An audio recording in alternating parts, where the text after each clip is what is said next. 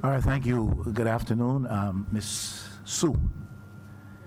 And you are accompanied Good this afternoon. afternoon. Could you just introduce Just attorney at law. Chester Sue?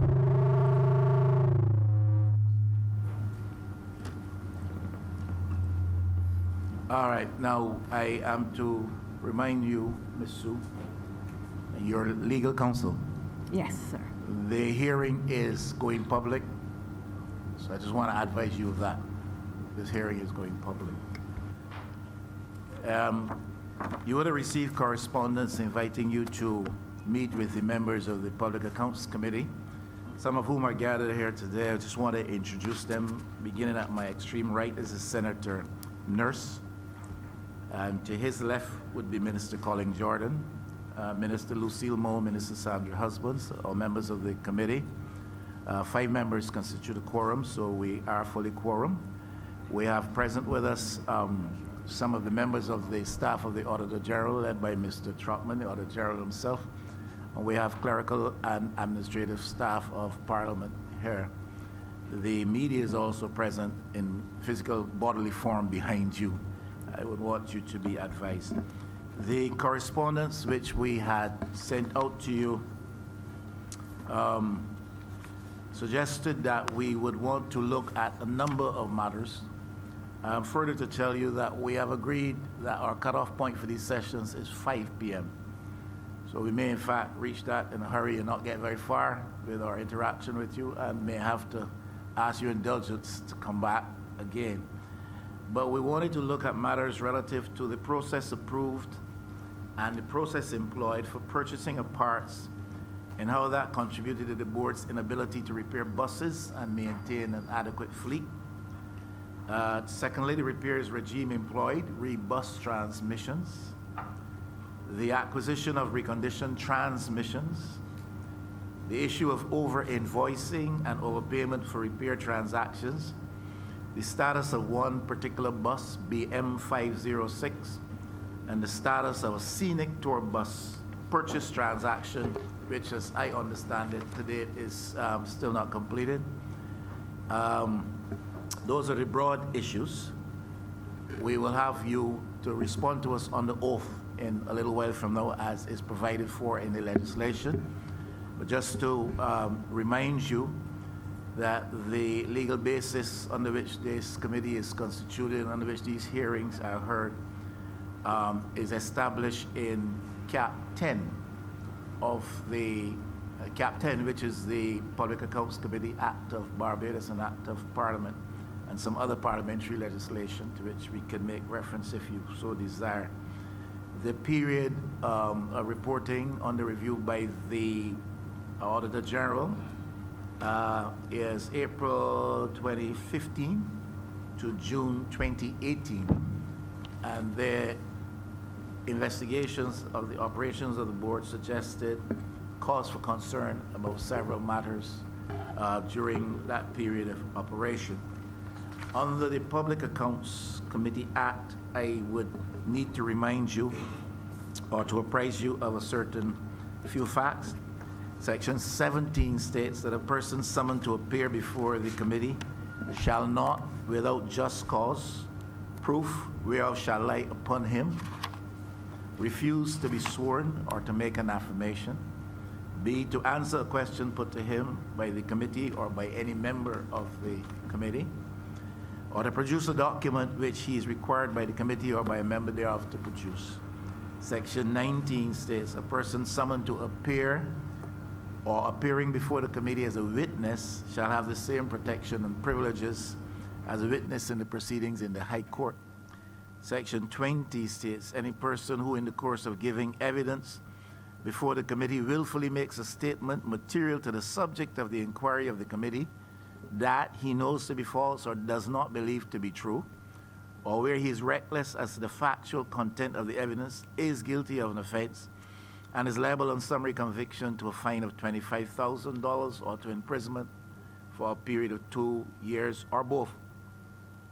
In Section 21, a person who contravenes or fails to comply with Section 15, 16, 17, or 19(2) of the Act is guilty of an offense and is liable on summary conviction to a fine, similar fine, and similar period of imprisonment.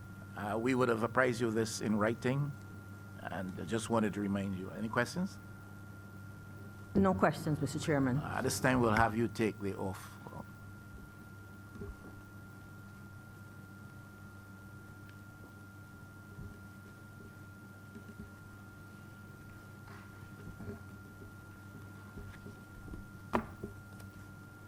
Good afternoon, Ms. Sue. Could you take the Bible in your right hand and read the oath, please? Raise your hand. Put the Bible in your right hand and read the oath, please. The evidence that I shall give before the committee shall be the truth, the whole truth, and nothing but the truth. So help me God. Thank you.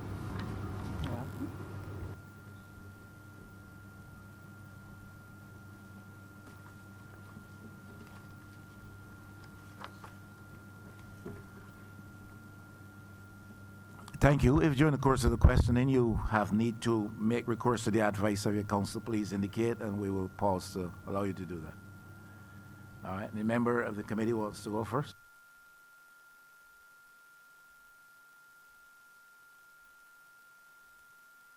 Let's establish for the record your position at the time period under review, 2015-2018, and your responsibilities. In brief. Yeah. My position, Mr. Chair, was that of financial controller. I have been employed at the Transport Board since April 2005. I acted as general manager from July 2018 to 2019. Please note that I was not the general manager during the period of the audit, 2015 to 2018. My duties, primarily as financial controller, consist primarily of management of the finance department so as to ensure the proper functioning of 5 sections initially, which were accounts payable and receivable, revenue, payroll, stores and purchasing, and statistics. Now, the latter 2, stores and purchasing, and statistics, were removed from my portfolio.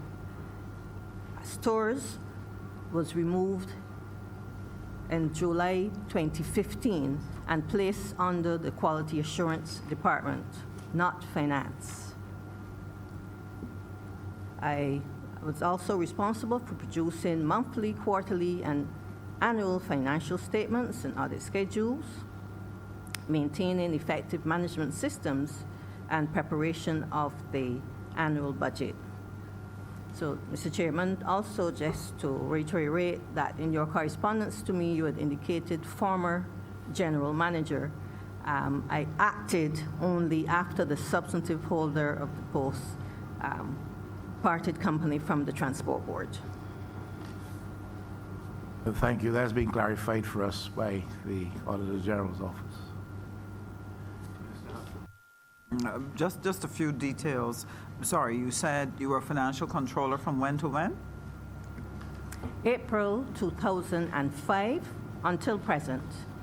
I only acted general manager from July 18th, 2018, after the substantive holder of the post parted company from the Transport Board. Okay.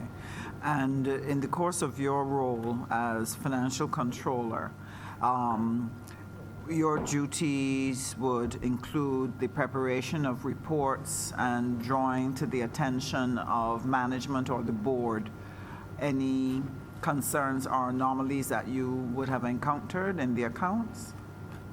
Yes, ma'am, that was so. Okay.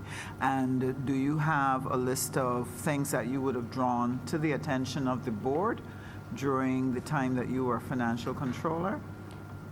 I have evidence of memos, emails that I would have written to the management of various sections, and particularly the Quality Assurance Department in this case, with concerns, yes. And secondly, I would have drawn any concerns I had at the management meetings, which we occasion from time to time, so the management minutes should so reflect.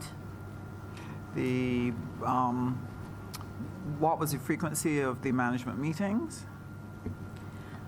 They varied at the discretion of the substantive holder. They used to be weekly under the general manager when I first joined in 2005, but when the last general manager came, Ms. Sandra Ford, they were periodic, but generally monthly.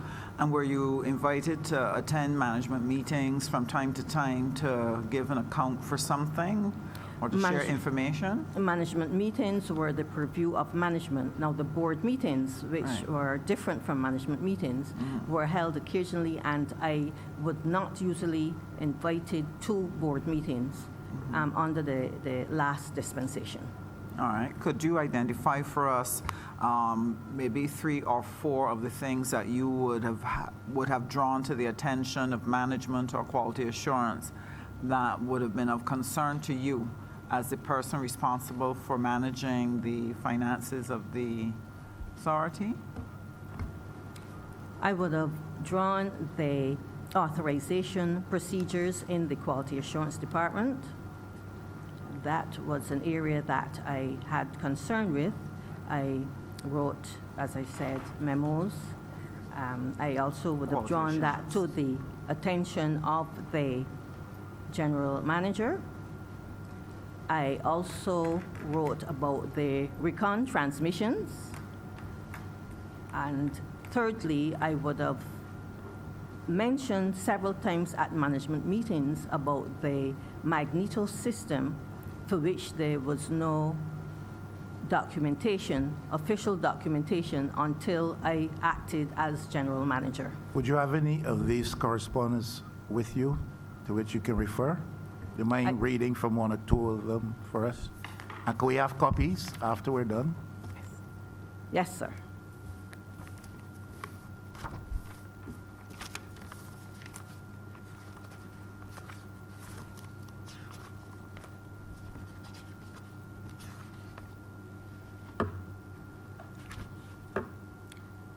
And a memo dated April 29, 2015, to the quality assurance manager and officer, and always copied to the general. First manager is Mr. Codrington at that time? Yes, sir. Yes, sir. Always copied to the general manager. And I refer to the examination of job sheets from service providers, and I made reference to correspondence sent to service providers requesting that job sheets for all completed work be presented to you. I asked to advise if this was being done by all service providers. I also wrote at that time about the entering of information into Magneto. And again, I said, effective April 1, 2015, I'm kindly requesting that all the detailed and relevant information of the job sheets received from all service providers be entered into Magneto. And I indicated this is to facilitate the integration of the Magneto and the PAC systems in order to allow for greater efficiency in data collection and recording. That was one, sir. What would that would have been driven, that particular piece of correspondence would have been driven by a concern that practices which should have been adopted were not being adopted, not being pursued? That is correct. Okay. I also wrote again on February 28, 2017, again to the quality assurance manager, and as again copied to the general manager. And I referred to quality assurance procedures. And I made reference at that point, I spoke to the requisition for goods and 2 levels of authorization.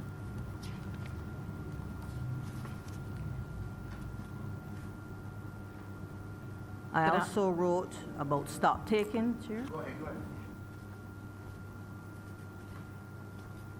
And again, in July 2017, I wrote about oil usage by the Quality Assurance Department, and I made reference to asked for the procedures being used for the significant increase in the use of engine oil, and I attached a suggested recommendation for how it should be done. Did you have responses from any, on any of those, from any persons addressed? No, sir. There No, no. generally were no responses, and I wrote on several occasions. Minister Moore. Good afternoon, Mrs. Sue. Miss Sue or Mrs.? Mrs. Good Mrs. Sue. afternoon. Good afternoon. So you wrote these queries because of your concern about these procedures that you just spoke about not being perhaps followed or adhered to in the manner which you thought they should be. Who did you write to? I wrote to the quality assurance manager at that time, would be Jesse Mr. Gordon. Sylvan Codrington, and always copied to the general manager. I copied to the quality assurance officer, who was the second person in line, and I copied to the accountant, who is the second person in line in the finance department. Okay, so there were a series of people. Yes, ma'am. And my other question on that is, you made reference to the magneto system being integrated, and I don't know if I'm using the correct term, but integrated with the PAC system, so it would have a better accountability? Is that the rationalization behind it? Yes, ma'am. The magneto system, which is the web-based system, which was designed in 2011, drew information from all departments. So the information from the magneto system was pulled into PAC to inform the preparation of the financial statements. And this information was specific to accounting only, or to stock, or coming out of the magneto system that then was going into your PAC accounting system? What was the information primarily? The magneto system covered all the departments at the Transport Board. So in relation to quality assurance, this system would inform the quality assurance would make the initial entry of the invoices, work for buses that they would have done, and they would have indicated the type of work, the invoices, the purchase order would have been related to that. So once that information was placed in there, it is then drawn into the PAC. So the magneto, though, as I was explaining, was for all the departments because it spoke about all areas. And so in the case of a work order, the work order would go into the magneto system, which would then allow you to be able to track it in the PAC accounting system. If there was, let's say, for example, a transmission being done. Is that correct? The purchase order, yes, would go into the magneto system. Now, besides the magneto system, is there any way to trace the purchase order? Not that I am aware of. So what did you do before you introduced the magneto system in order to trace the purchase order?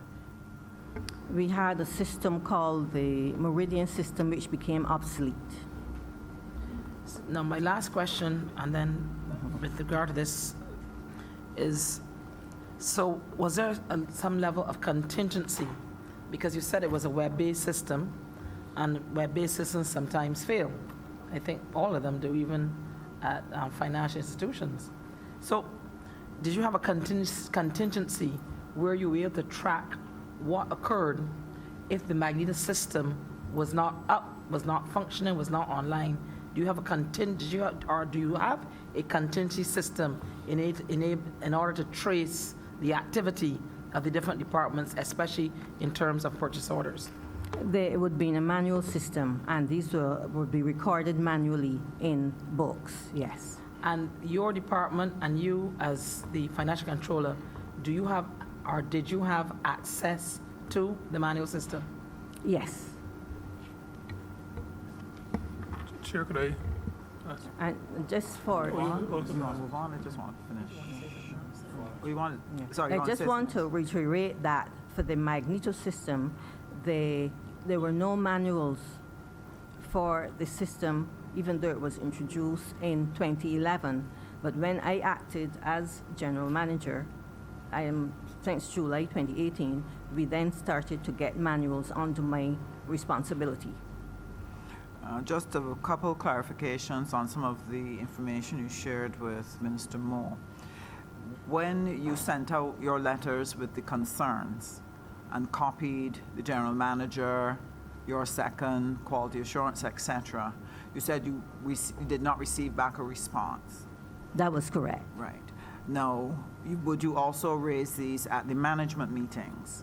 That is correct, yes, Okay. yes, Minister. And would that discussion then be reflected in the minutes of those management meetings?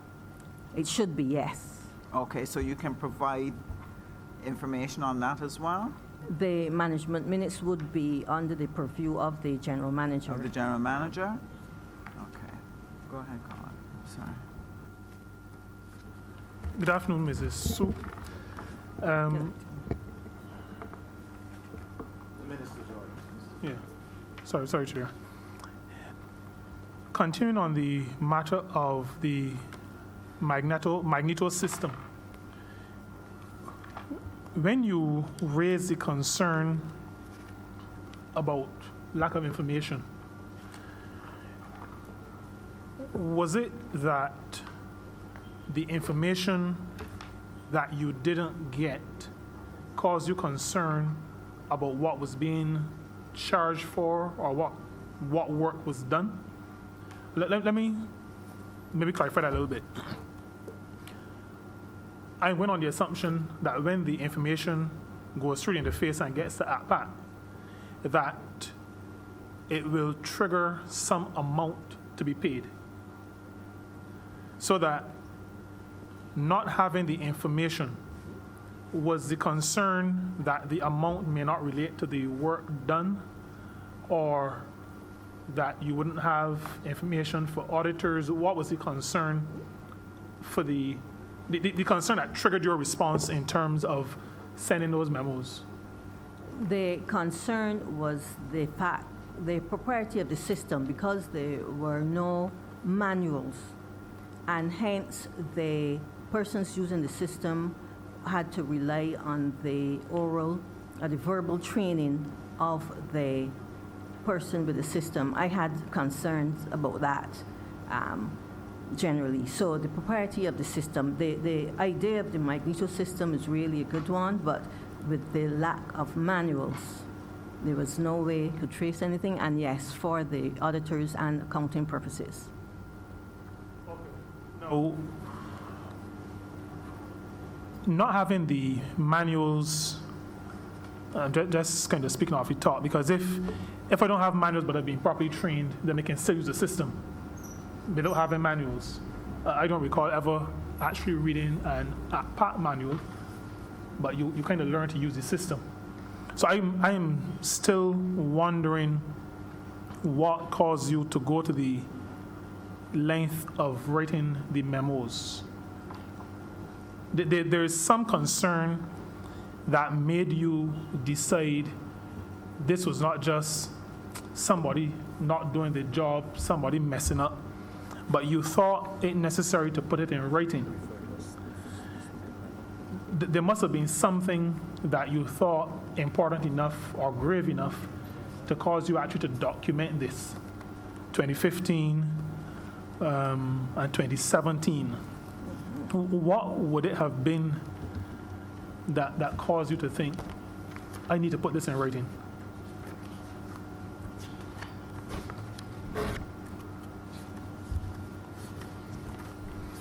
Minister, I'm trying to remember, but yes, I agree with you that something would have triggered my concern.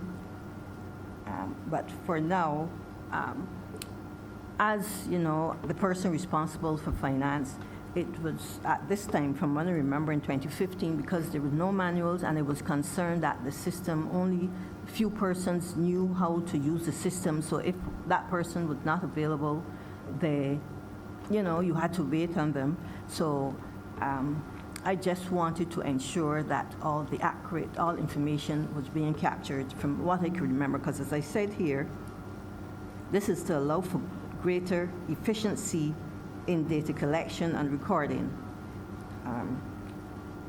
I also did say, additionally, any discrepancies in invoicing by service providers will more easily be identified and reconciliations completed within a reasonable time. So to answer your question, purely from an accounting point of view, I wanted to make sure that the finance department could verify work that had been done and that all the relevant information was being captured. Okay, so is it- Minister, if I may interject, because it relates to the question that is being asked here. If you can't fully recall what drove you to express repeatedly in these memos your concerns, my question is, having addressed concerns to the general manager, the accounting officer, the quality assurance manager, and none of them responded to any of your correspondence, what opinion did you form of that? My opinion, sir, is that I kept trying because I really was... No, your opinion can't be Oh. that you kept trying. What, that you kept trying is the action that you took. Oh. But in the situation where there was a persistent lack of response, what opinion did you form of that?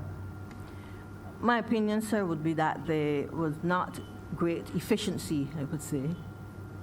You put it down to a matter of lack of efficiency. You are the chief financial officer at this time. And you express concerns in these serious ways repeatedly to these senior people. Nobody responds. And you think it is simply inefficiency in the system? You have no other opinion than that? Mr. Chair, my opinion is that the Quality Assurance Department needed, more efficient management. I was not happy with the management of the Quality Assurance Department. But the general manager doesn't reply either. No. So we need a new general manager then, based on what you're saying. I don't know, sir. But you're saying, at in the that time- absence of a reply from the quality assurance manager, it's a question of inefficiency, you need a change there. The general manager did not reply. You need a change there as well?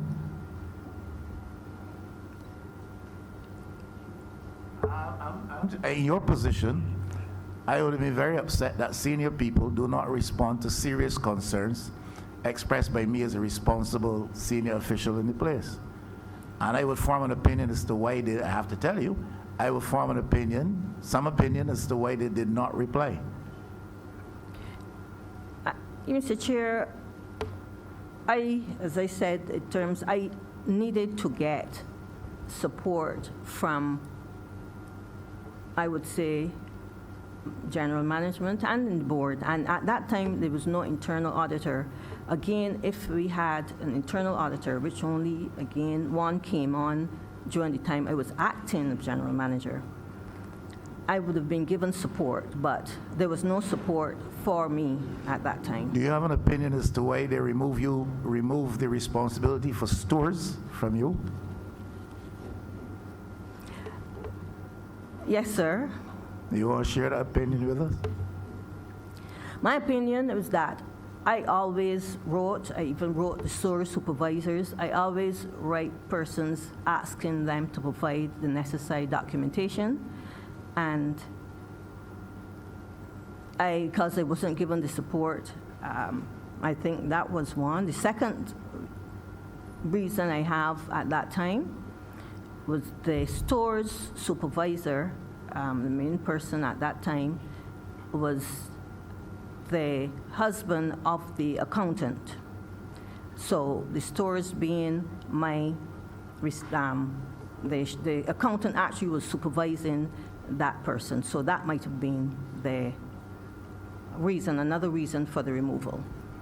I need to try to translate that into something that I clearly understand, are you telling the members of the committee that remove the responsibility for stores from your oversight because you were scrutinizing things too closely? You were too efficient? I would say because of my audit experience, yes, Mr. Chair.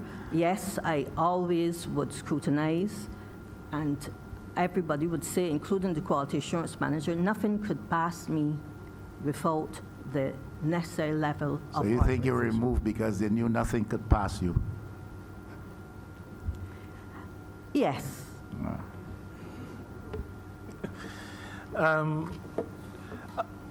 I'm listening to you, Mrs. Sue, and I am putting all that I'm hearing alongside the fact that, as enunciated by you, there were no manuals, so no written procedures in place to manage how the magneto system was used. It sounds to me, and I want you to correct me if I'm wrong, that you believe that based on what you were seeing, that is to say,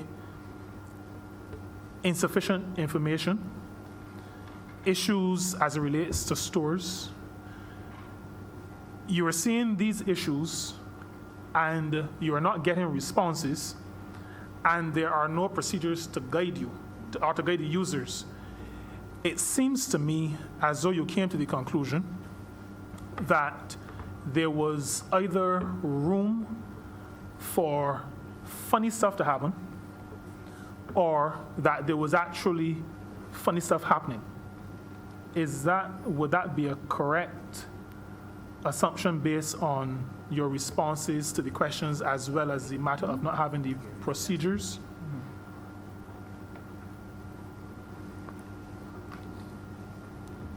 I would say that, given my accounting and auditing experience, there would be room for indiscretions. Indiscretions, right. Okay, but you put it in a nice way.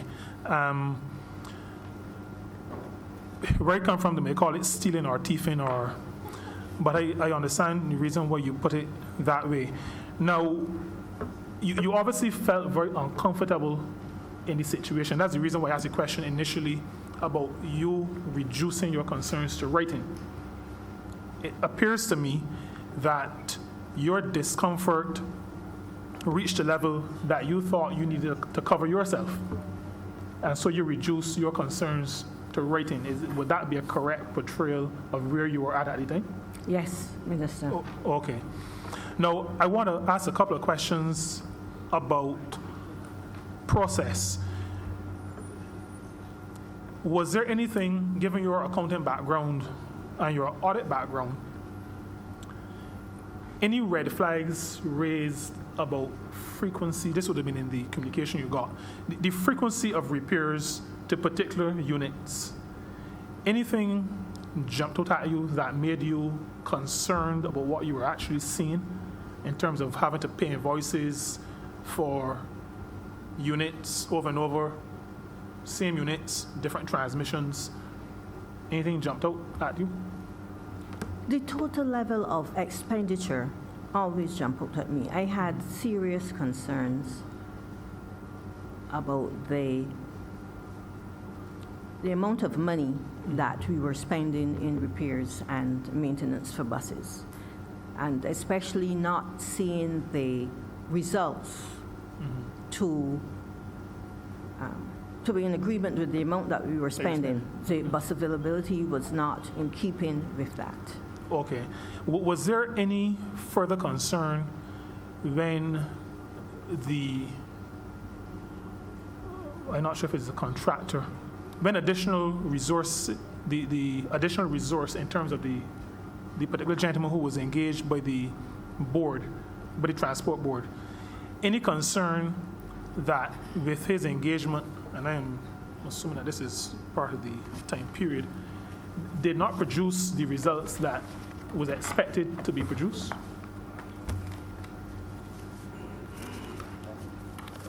Yes, Minister, there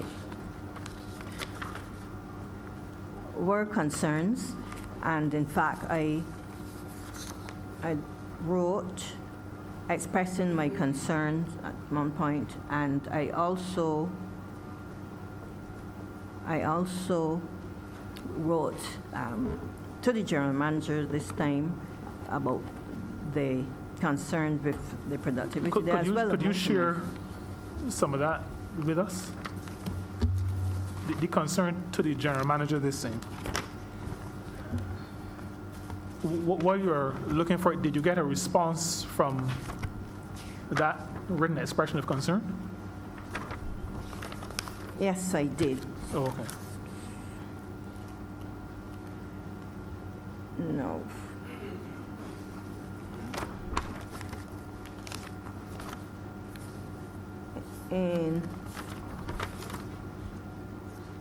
In October 2014, no, this is not, Mr. Bartholomew came, no?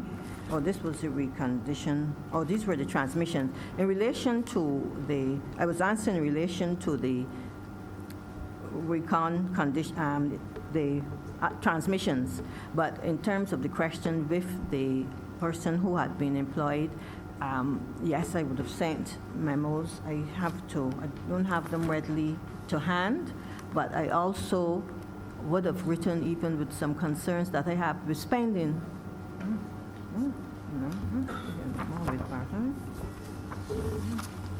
Yeah. My turn All right, is you take reminding your me time. about the memo. These were the officers, huh?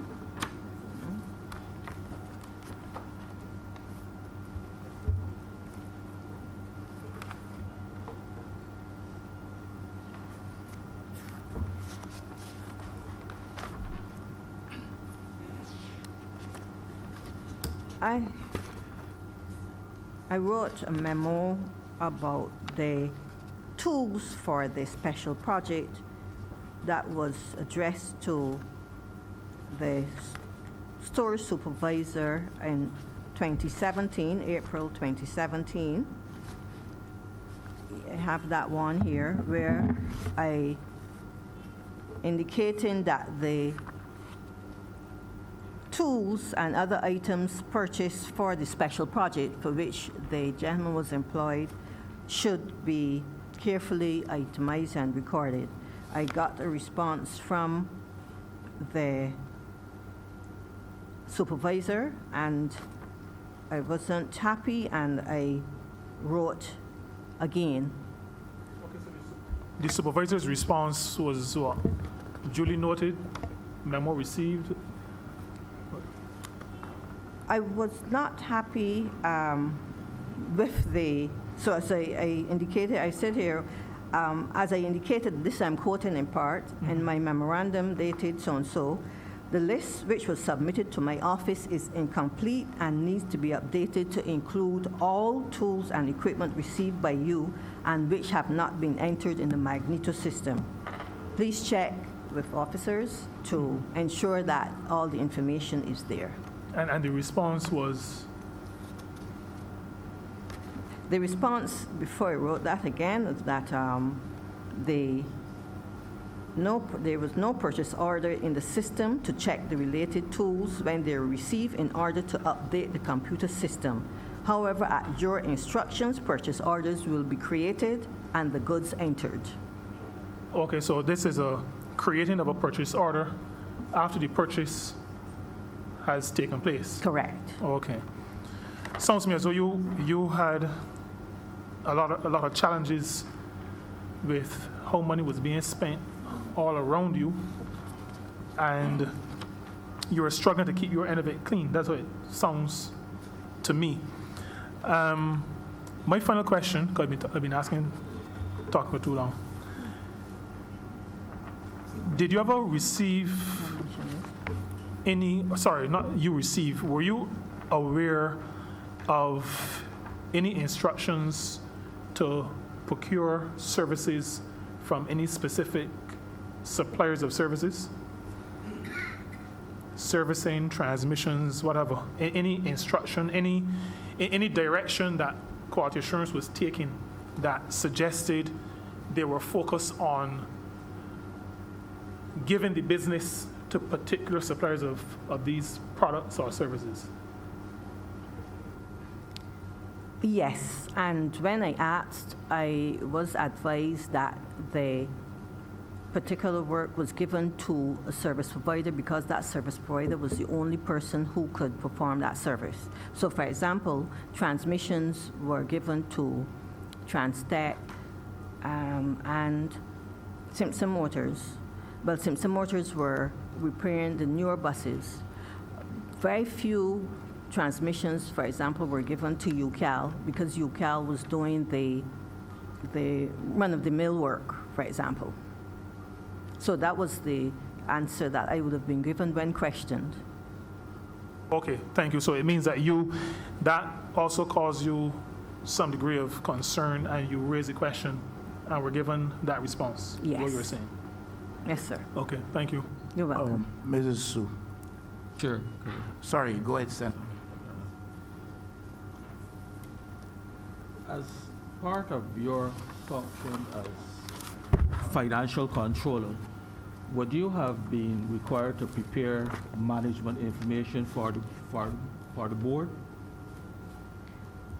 Not under the last board. I would just produce the financial statements, which would be a statement of income and expenditure, and that would be sent through the general manager.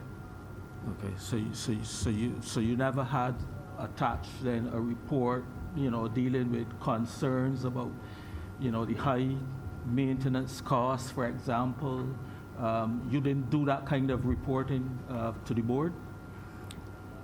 I would have requested the accountant who was responsible for the preparation to do variances, significant analysis of variances, and when she did, I would attach that in the document to the board. Did you attend board meetings? No, sir, not under the last, when I say the last board, the board of pre-2018. No, sir. Okay.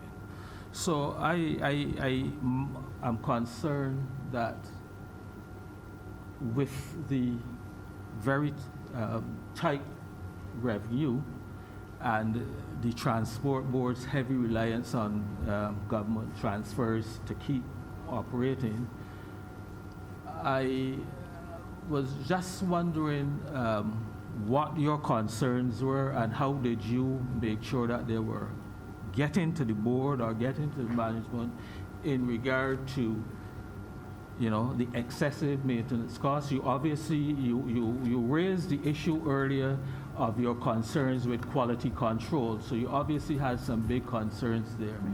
Did you get an opportunity to be able to get that sort of information to the board for a reaction? The responsibility would be that of the general manager who attended the board meetings and who would have been responsible to the board. As I said earlier, I would have raised them at the management meeting for which the general manager chairs and was responsible for, and this is the management meeting refers to management meetings of the line managers. So I say that to say that my concerns, if I tell quality assurance I have the concern, it would have been in the hearing of the general manager who I expect would follow through on that to the board. Now, one other point, can you perhaps just run us through, as financial controller, presumably again you have some responsibility, I would have thought, a pretty major responsibility in terms of making sure that the internal control systems, particularly dealing with things like revenue collection, payments, and so on, are strong enough to mitigate against any unforeseen or unusual circumstances. Could you perhaps run us through the control procedure over payments for us?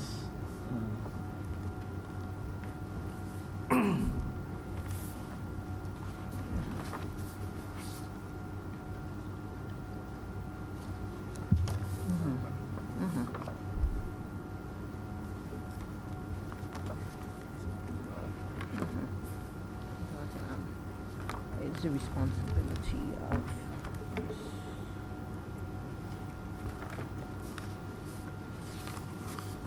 Just wanted to indicate that each department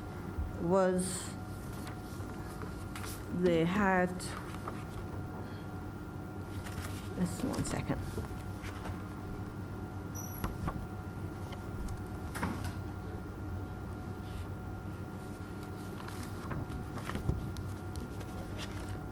I was looking for a memo which indicated that each department was responsible for their respective policies and procedures for the areas which fell under their responsibility.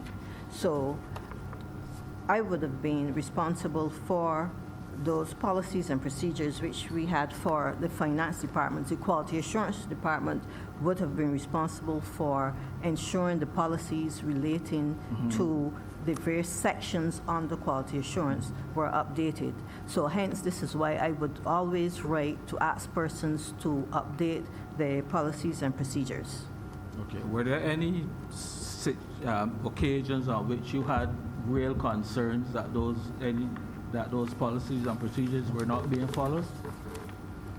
Yes, sir, and I referred to them earlier in the documentation, which I will produce in the letters that I wrote about policies and procedures. Okay. I said that. So, okay, so we will have sight, can we have sight of Yes, those? I have copies which I Okay. will share. Okay. Because obviously, one of our big concerns is the issue of double payments on particular invoices. And so we would be very interested to see if you thought that those policies and procedures were strong enough to prevent those situations from happening. Yes, sir. Thank you, Senator. Mrs. Sue, want to zero in on the matter of issue of checks for payments. And how was that matter? Who approved the checks and who signed? The policy dictated that checks under $5,000 and payroll checks would be signed by the two persons, the general manager or the deputy general manager at that time, and the FC or the accountant. Now, that was updated, and it was just the HR manager as well could sign payroll checks. This is under $5,000 and payroll. All checks over $5,000 were signed by the chairman of the board and the general manager. You said something about that was updated. Those under 5,000 were signed by some Well- individual. That was updated, you started to say? At one point, the accountant was removed, and then she was added again to the signing of checks, as well as the marketing and communications manager. Did you ever have any concern at any time about the issue of any particular check or checks? I would say yes, yes. Do we have any documentation where this is highlighted? I wrote again about the matter, yes, sir. All right, so we can have that as well? Yes. I'm just watching the clock right now. Yes, yes. Do you have any knowledge of or any suspicion with respect to any checks issued by the Transport Board for payment for supplies of services other than those which related to the Transport Board?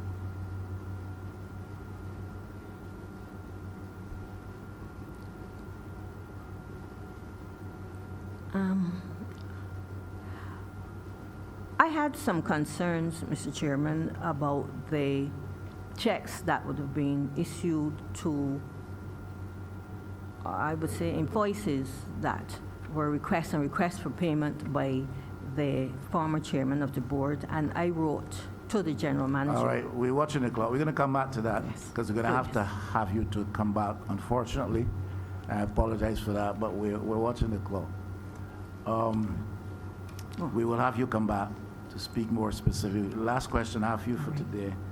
Were you ever given any instruction by anybody above yourself, either in the management of the transport board or on the board of directors of the transport board, or anybody in the, how do I put that, in the political arena? Have you ever received at the transport board while you serve in these capacities under which we speak today, were you ever given any instruction by anybody above yourself to do anything that was contrary to the regulations and policies of the board, as far as you're aware? Yes.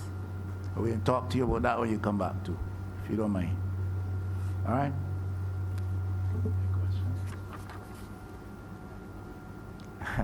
All right, they're reserving the questions for next time. I want to thank you for coming this afternoon. We're just beyond 5 o'clock, and the agreed cutoff time is 5. Sorry to have kept you in a little this afternoon, but we were dealing with some matters relative to the Auditor General in preparation for the estimates Okay. for this year, Okay. and that took some time. Okay. And thank you, Mr. Su, for accompanying her. And there are some refreshments downstairs. You're welcome to join with us All right, Chair. and Thank have you. something to bite on. All right? Thank you very much, Mr. Chairman. Motion to adjourn. Second, all in favor, please say aye. Those opposed, please say no. We'll set the date subsequently. So we are always. Meeting is adjourned. Thank you.